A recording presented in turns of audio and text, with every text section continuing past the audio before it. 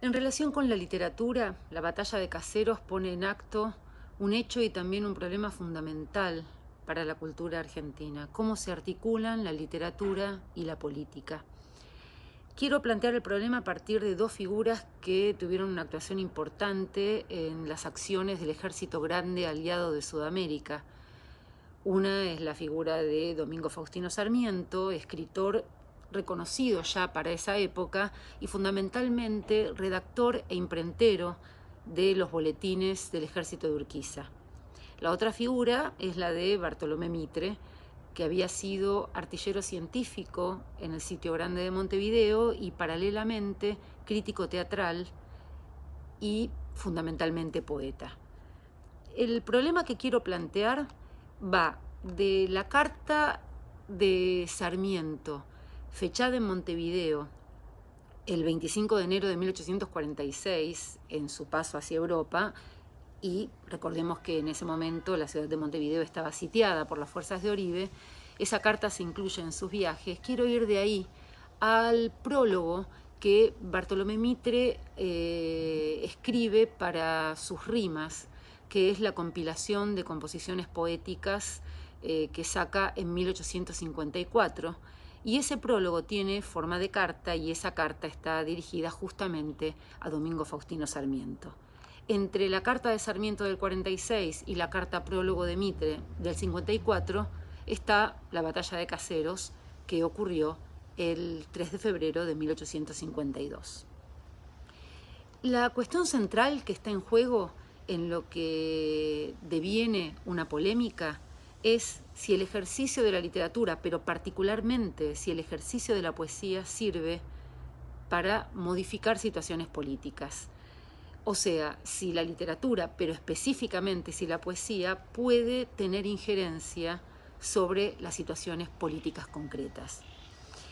En esta que termina siendo una polémica que desata de algún modo Mitre con esta carta prólogo del 54, Mitre lo va a increpar a Sarmiento de una manera, podríamos decir, muy amistosa, muy de clara camaradería, a diferencia del tono de gran irritación que tuvo brillantemente la polémica entablada por Sarmiento y Alberdi en el 53. Lo que discute fundamentalmente Mitre en el 54, lo que le discute a Sarmiento, es la idea fuerte que Sarmiento tiene respecto de la inutilidad de la poesía. Sarmiento no cree que la poesía tenga la capacidad de modificar situaciones políticas de manera inmediata y concreta. Quienes leemos habitualmente a Sarmiento fácilmente vamos a recordar el fragmento, ese pasaje de la carta del 46, en el que bajo la forma del apóstrofe Sarmiento dice: yo os disculpo, poetas argentinos, haced versos y poblad el río de seres fantásticos. Cantad vosotros como las cigarras, contad sílabas, mientras los recién venidos cuentan los patacones. Pero en el 54 será el poeta Mitre el que le hable al publicista Sarmiento para enseñarle lo que él cree que ignora y lo que en consecuencia lo empobrece. Mitre de algún modo lo agarra a Sarmiento por el costado más evidente. En un momento le dice: ha tenido usted que valerse del propio lenguaje de la poesía para atacarla, como esos caudillos de la Montonera que han tenido muchas veces que servirse de tácticas de la guerra científica para imponerse. Y entre las cosas que intenta demostrarle, una y fundamental, es que el verso no es una cárcel del pensamiento, y en una apelación al lenguaje militar le pide que se ponga en guardia para recibir la lanzada que le va a dar en medio del pecho. Y lo que le dice, como una especie de sentencia, pero también de descubrimiento, es: Sarmiento, ¿es usted poeta? Para demostrarlo, Mitre va a hacer un análisis sintético del libro, del folleto que Sarmiento escribió sobre José Félix Aldao, y le dirá: la vida de Aldao es un poema más bien que una biografía. Y además va a machacar con algunas cuestiones. La poesía no es perezosa, le dice. La poesía no es impotente. La poesía no es estéril. La poesía no es poco práctica. Justo a Sarmiento, ¿no? Que si bien es cierto que no versifica, es el escritor más lírico de la literatura argentina. Y en este sentido, yo diferencio claramente la capacidad de versificar que muchos contemporáneos de Sarmiento y de Mitre tenían, diferencio esa capacidad de versificar de la que probablemente Sarmiento haya carecido, de la naturaleza lírica de la prosa sarmientina, que es sublime.